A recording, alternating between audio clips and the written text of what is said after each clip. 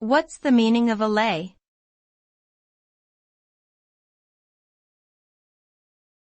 Allay.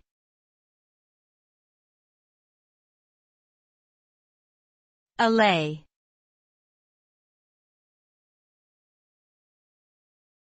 Allay.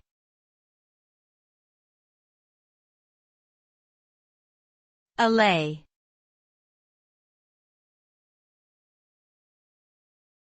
Allay.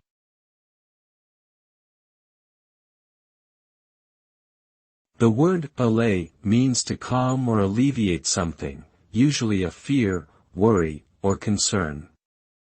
It can also refer to reducing the intensity of something, such as pain or anger. When we allay something, we are aiming to make it less intense or severe. Allaying a fear or worry might involve providing reassurance or taking practical steps to address the underlying issue. Similarly, allaying physical symptoms might involve medication or other forms of treatment to reduce discomfort or pain. The ultimate goal of allaying something is to make it more manageable or tolerable.